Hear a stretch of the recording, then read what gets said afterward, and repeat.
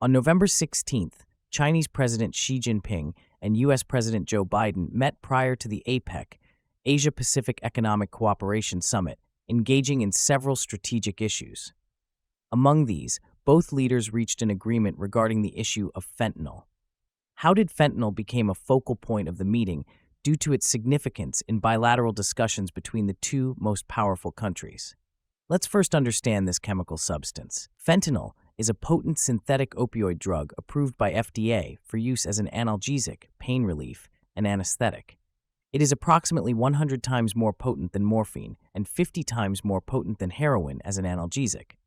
When prescribed by a doctor, fentanyl can be given as a shot, a patch that is put on a person's skin, or as lozenges that are sucked like cough drops. Similar to other opioid analgesics, fentanyl produces effects such as relaxation, euphoria, pain relief, sedation, confusion, drowsiness, dizziness, nausea and vomiting, urinary retention, pupillary constriction, and respiratory depression. Fentanyl is the most common abused drug, accounted for 81% of drug overdose deaths in New York City in 2022. Other substances contributing to opioid overdose deaths included cocaine, 55%, alcohol, 44%, and benzodiazepines, 15%. This isn't the first time the issue has been broached between the U.S. and China. During President Trump's visit to China in November 2017, concerns about fentanyl were raised.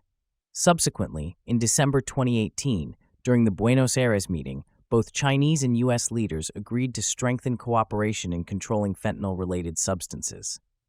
Effective May 1, 2019, China officially controlled all forms of fentanyl as a class of drugs. This fulfilled the commitment that President Xi made during the G20 summit. Both nations have collaborated in combating fentanyl smuggling. In November 2019, a joint effort led to the successful dismantling of a criminal syndicate involved in the illegal production, sale, and smuggling of fentanyl and other drugs.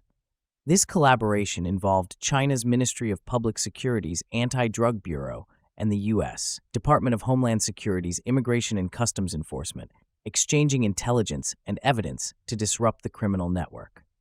The Biden-Harris administration also has taken historic action to expand access to life-saving public health services and remove barriers to treatment for substance use disorder. President Biden has requested $26 billion for prevention, harm reduction, treatment, and recovery support services in his FY24 budget request. Reducing the demand for drugs in the United States is crucial.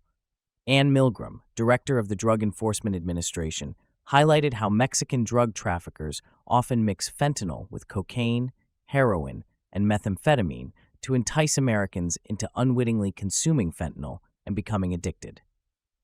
The appeal of fentanyl for drug traffickers lies in its production process. Unlike heroin, which requires poppy cultivation and subsequent refinement, fentanyl can be synthesized in temporary laboratories without the need for cultivation. Statistics from the U.S. CDC revealed a drastic increase in fentanyl-related overdose deaths, surpassing 77,000 people between May 2022 and April 2023. Notably, the overdose death rate due to fentanyl surged from 5.7 per 100,000 in 2016 to 21.6 per 100,000 in 2021, marking a 279% increase. Looking into the timeline of fentanyl test strip in the U.S., there has been evolution of policies around fentanyl testing kits. Although CDC and most public health institutions support distributing fentanyl testing strips to drug users, these items have been illegal in 42 states and the District of Columbia for the past several decades.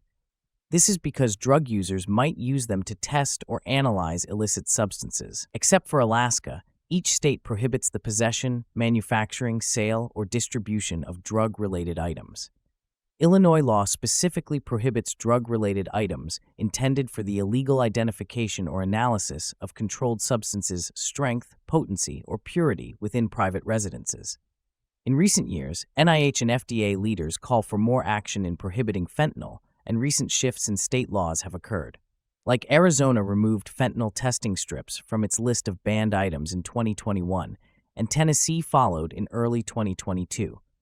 On January 3, 2023, Ohio also began allowing the use of fentanyl testing strips. The FDA's approach to approving over-the-counter fentanyl testing strips has evolved, with the first authorization on October 30th.